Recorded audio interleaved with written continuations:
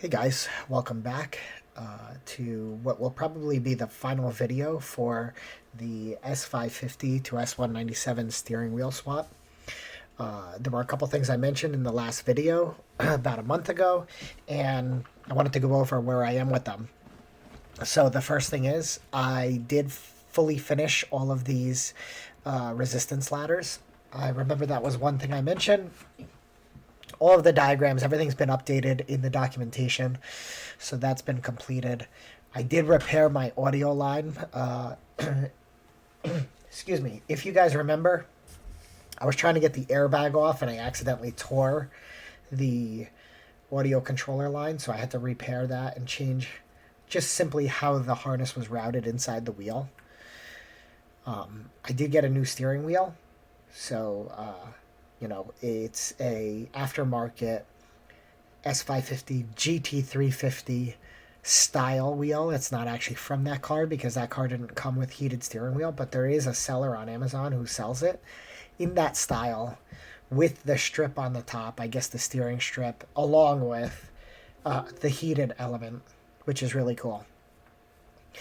So the other thing that I wanted to talk about was the on-off bang bang control and really what that means and why I wanted to change the setup for that. So what is a bang bang controller? Well, think of bang bang as on or off, right? There's no real way to dim the control other than turning it on and off as quickly as you can. But that's very difficult, and it really reduces the life of the actual controller. The other issue with that is that I tied the LED in the paddle switch, if you recall, to the actual heating element. So when it reaches a certain temperature, maybe the 42 degrees, and then cuts off, it also cuts the light off. So you can't really tell that the heating element is still live and it's going to turn back on when it hits the bottom. All that is to say, it was a great starting point, but really what I needed to do was get to a PWM controller. A PWM controller works somewhat similarly, but instead of a manual relay turning on and off, what this actually does is it controls a MOSFET, which is a certain type of transistor, and it turns on and off at a rate that's imperceivable to us as like human beings, or at least that's the way it was explained to me. So you can control the level of heat depending on the percentage of which it's on. You know, if you're turning it on for 1 second, turning it off for 1 second, turning it on for 1 second, turning it off for 1 second, that's a simple way of considering like a 50%. They call it duty cycle. It's a much better way of controlling the heating element, and I'm going to take you guys through how I've actually programmed it, where I went with the programming, why I chose to go with the system I did, and so we'll get into that in a minute. But other than that, the other thing I wanted to just touch on was I wanted this to actually physically fit in the same size control box as the original. Not only that, I also wanted to have the same number of plugs, right? Because really what I want to do is be able to put the steering wheel in the car and swap the box in and out with no issues, the module. So let's get into the code and take a look at it. All right, so this is the diagram, and I'm going to take you guys through it one step at a time because it's going to be a little bit of a deviation from the last time we all got together and I showed you guys the old setup, but this one works so smooth and virtually flawlessly. So the first thing, in my opinion, you need to recognize is that you need an always-on power source. I guess technically you don't need an always-on power source, but the original OEM had the heating element being fed by an always-on power source, and then controlling whether it was on or off was done through a run and accessory system. So the first thing let's talk about is the ESP32. Your ESP32 is going to be your controller, your microcomputer. It's going to be the brains of the operation here.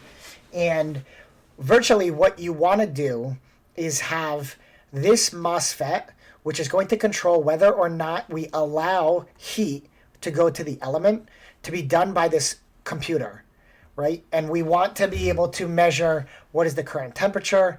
We want to be able to measure, is it on or off? We want to be able to turn it on and off with our paddle switches. And we're going to get into all of that here. So the first thing we're going to do, and we talk about, is let's talk about our MOSFET. Think of this as the gate that allows your power to flow in and out of the steering wheel. So when we look at this, we're going to have our always on power and ground. It's going to come along here, and our ground is going to go into the gate. Our power is going to go straight into the plug. Then that plug is going to allow the power to pass through, and the power goes through into the steering wheel. And I opted to have the power divert and go into the actual paddle switches. This is because when I turn on the heat, I want these little LEDs to light up or turn off, not based on whether it's dark or not, but based on whether or not the heating element is on. Because that's my indicator in my system, whether or not the heat is on, beyond just whether or not the steering wheel is warm.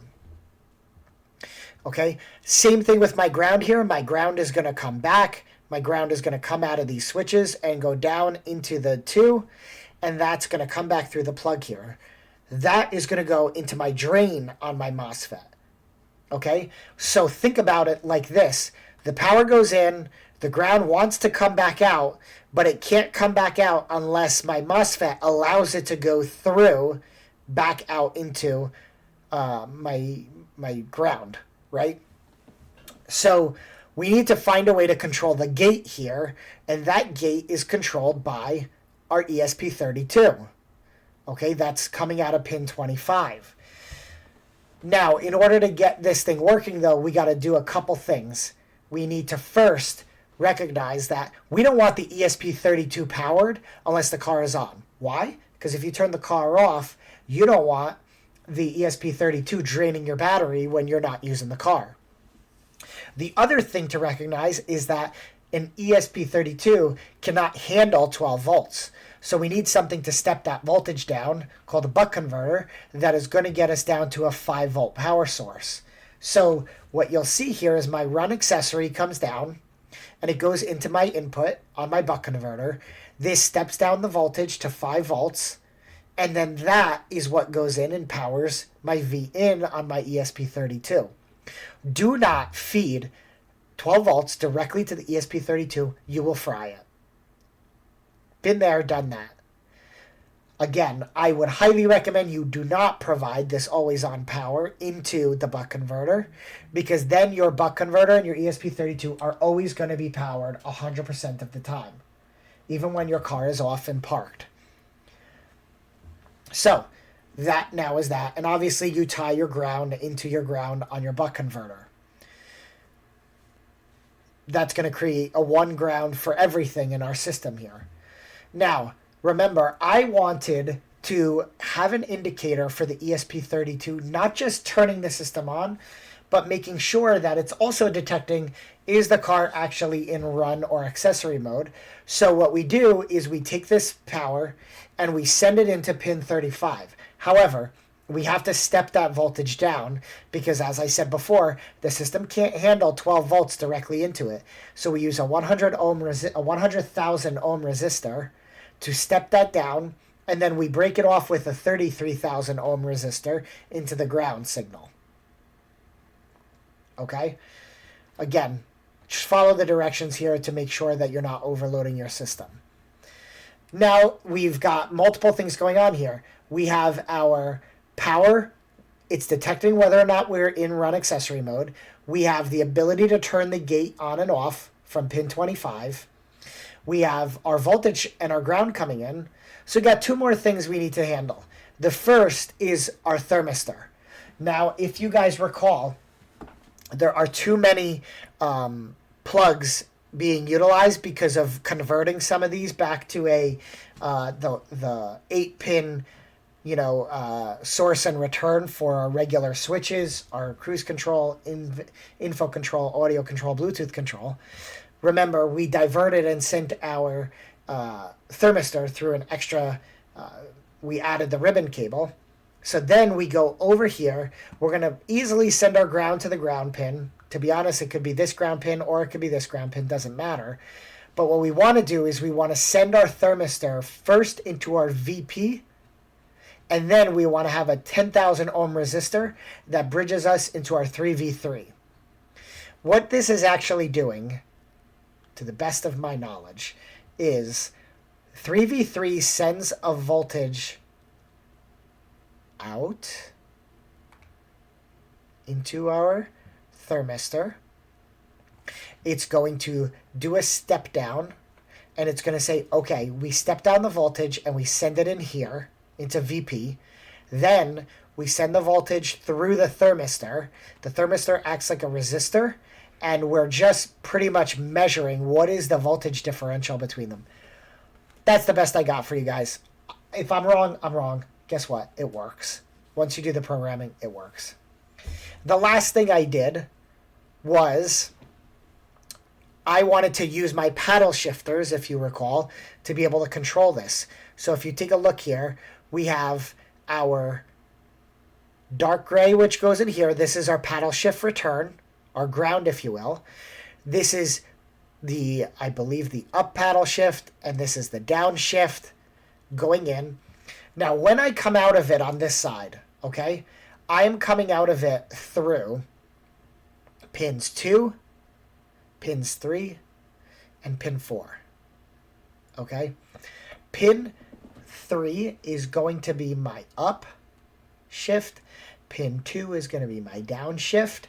And you'll notice I splice them both together and I send them both into D27. I'm going to get into that in just a second. And my 4 is my ground that's coming in and just grounding. Why am I talking about this? Because the way I set it up is I set up plus and minus to work as if they're the same switch. I could turn it on with plus, I could turn it off with minus.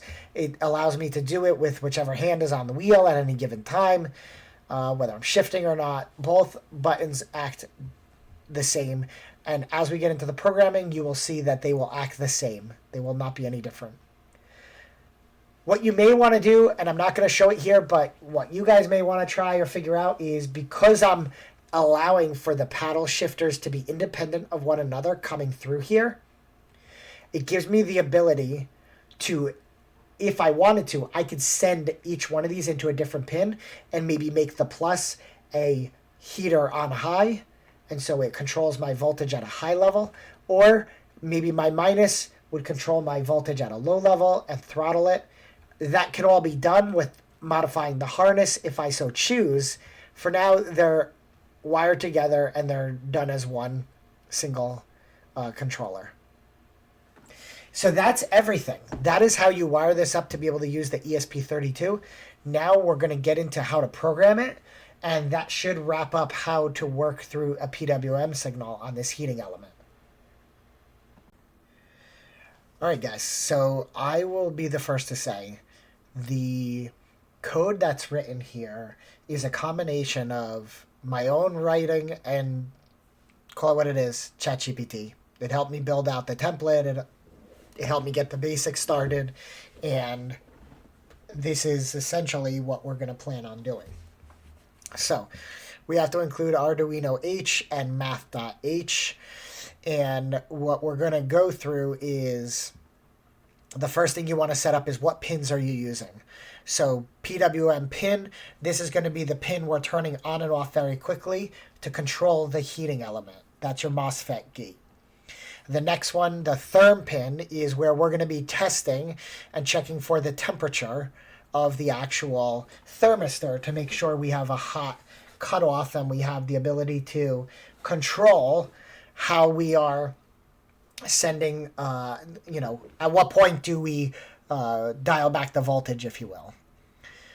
Run pin. So what this run pin is I only want this to activate or be able to activate while the car is in the accessory or on accessory run phase. I don't want this to be able to run while the car is off. Okay, that's super important.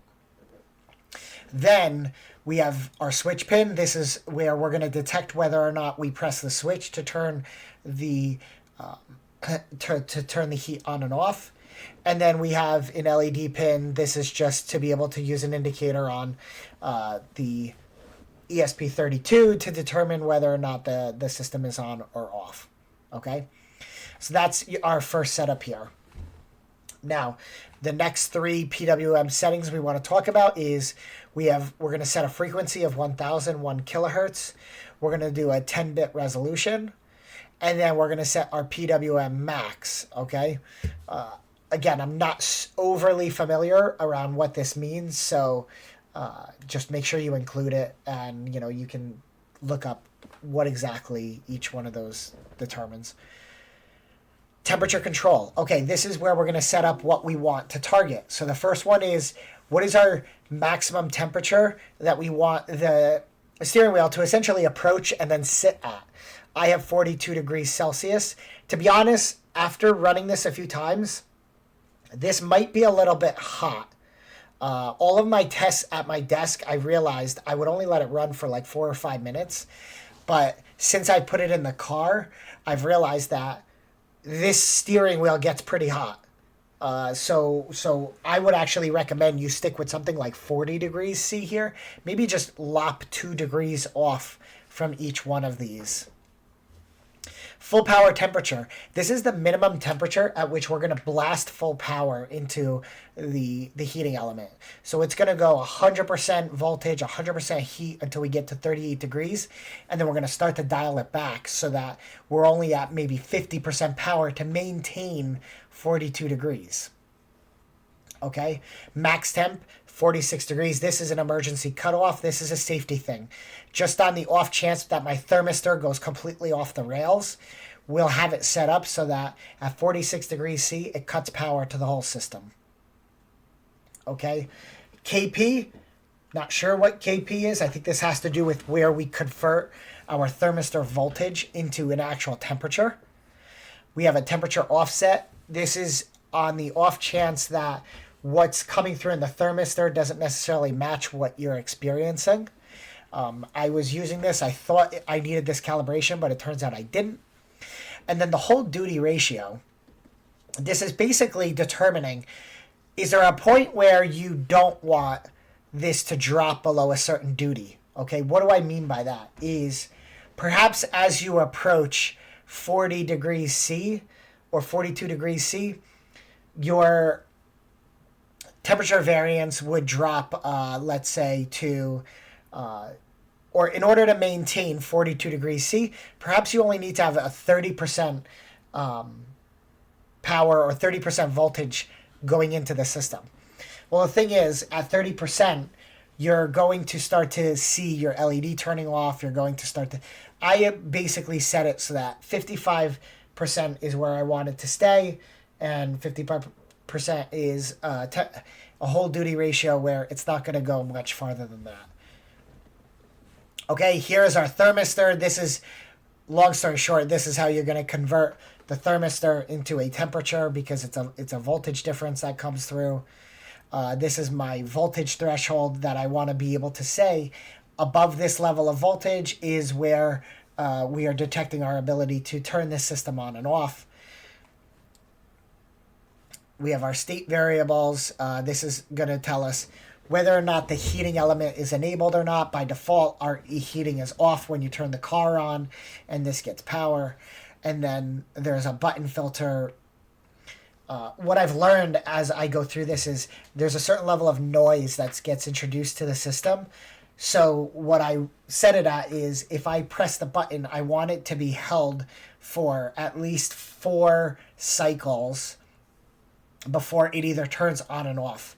What was happening is I was getting false negatives in the button, and that was turning my heat off due to nothing other than these small voltage spikes that would happen once in the system. So what I set was I need 4 lows in order for me to have a button trigger to either turn it on or off. So that's all our variables that we're going to use to control the system. Now I'm going to get actually into the functions to explain what they are. This function right here is going to read the thermistor voltage, and it's going to take the median reading. Once again, I was getting thermistor spikes where it would be reading 38, 38, 38 degrees, and then all of a sudden I'd get a spike of 50. Okay, that 50 would trigger, and it was a momentary, literally 1/1000th of a second. It was a momentary hit of 50 degrees, and it would cause the system to turn off because I went over the emergency cutoff. Well, what I did was I basically created a system where it stores the last 5 samples, and then it only takes the median of those 5 samples.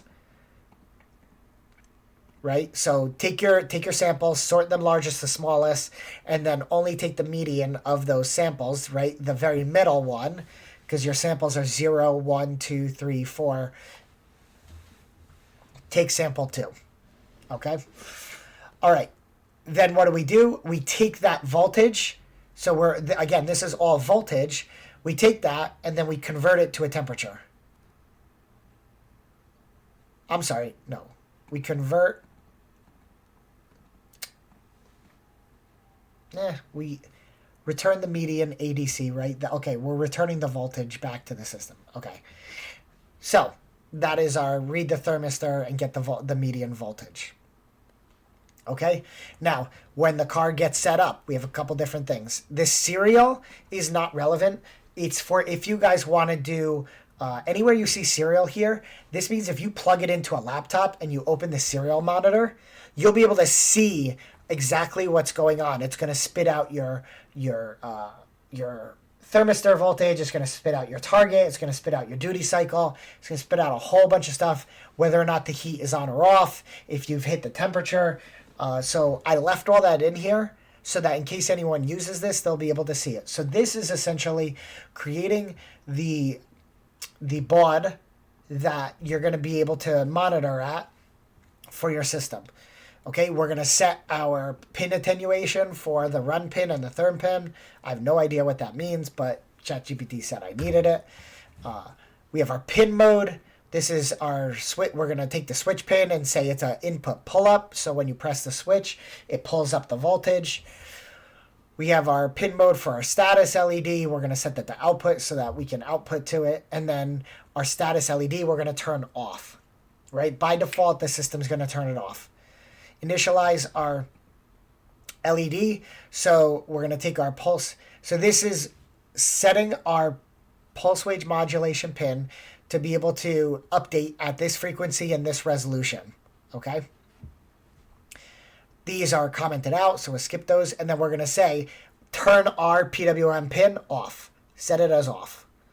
For now, right? Everything is supposed to be off when you first turn the system on.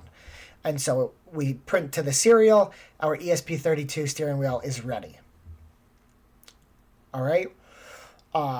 This probably should be further up. I put it over here, but you know what? Maybe I'll move it up because this is a function that we run whenever we call it. This is our ability to determine and make sure that when the button is pressed, it's pressed. So raw is always the reading of the pin, of the switch pin.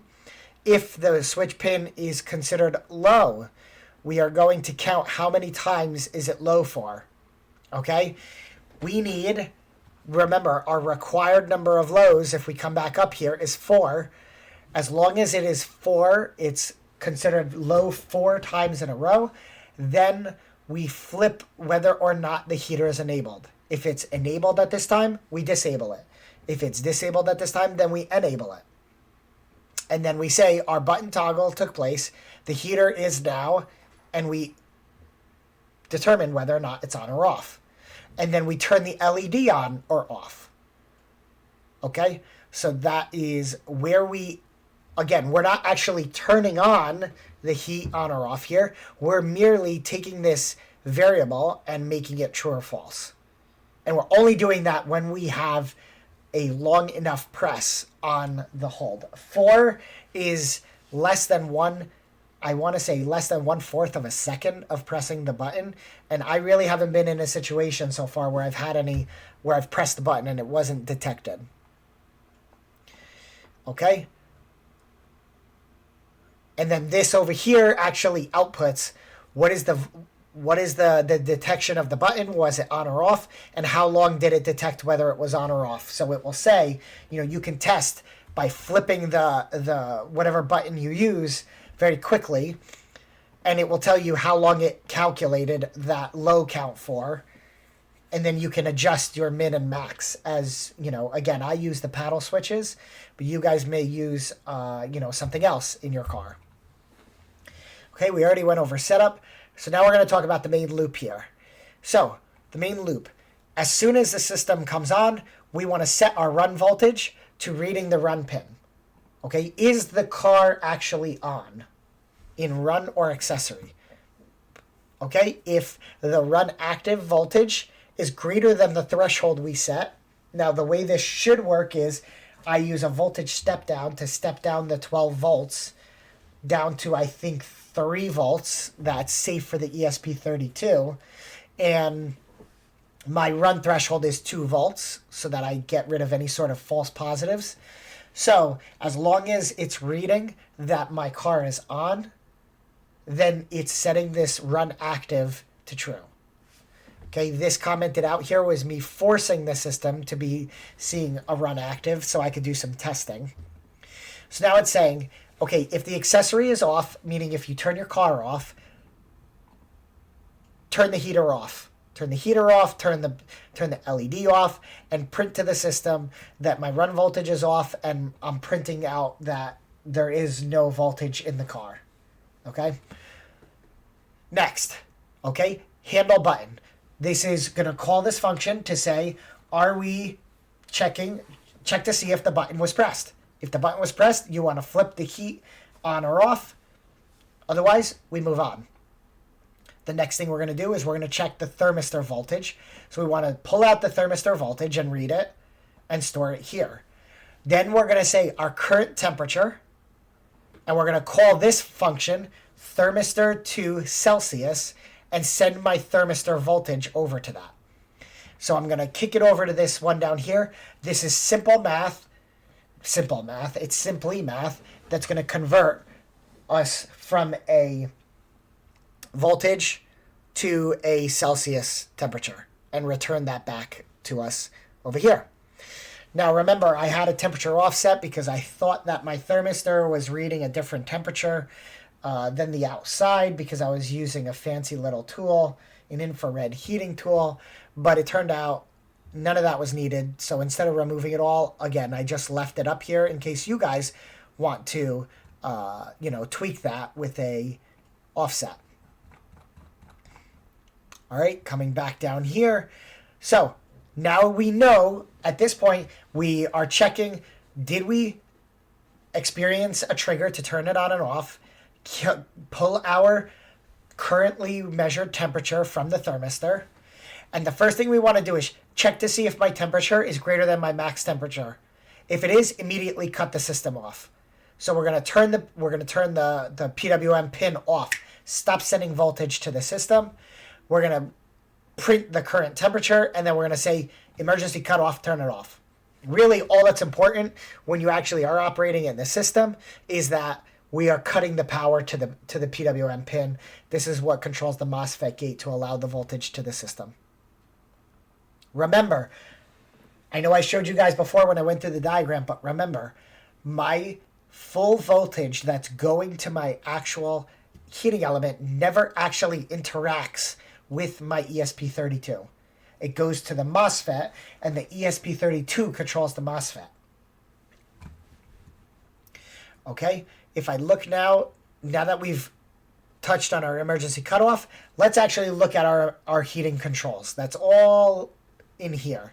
So if our heating enabled, we turned on the heater and it's enabled, we want to say, give me full power up until I reach my 38 degrees. So as long as my current temperature is less than my full power temperature, then I want you to set the PWM pin at the PWM max. and my PWM max is 1023. If we go back up here to look at my PWM max is essentially my max resolution minus 1. Now, why? Okay, this reminded me, going back, why was all this important? Is because if you think of a simple binary system, you have 0 and 1 on and off. Well, that doesn't work for us. So what I wanted to do is I wanted to have a pretty significant degree from a percentage perspective to be able to control this. So 0 is off, 1023 is fully on, and you have 1022 different settings between there and here to be able to control the intensity. So again, coming back here, as long as the temperature is below 38 degrees C, full blast. And tell us in the monitor, we're on full blast. We have a PWM max. We're at PWM max, print out that max, and then, put a space. Now, if our temperature is not below the full power temp, then what we're going to do is we're going to proportionally control the amount of power or the duty cycle that's going to the MOSFET, which is controlling the heating element. And we're going to do that based on this calculation here. The duty ratio, again, think of it simply, the duty ratio is a percentage. Okay? So we are going to say, take my target temperature minus my current temperature and divide that by my target temperature and my full power temperature. And you're going to want to step up and down by 1. I know that's a lot, but it's really just saying if my minimum temperature for full power is 38 degrees and my maximum temperature is 42 degrees, that means my temperature variance is 4 degrees Celsius. If I want to go up 1 degree, that's a 25% change.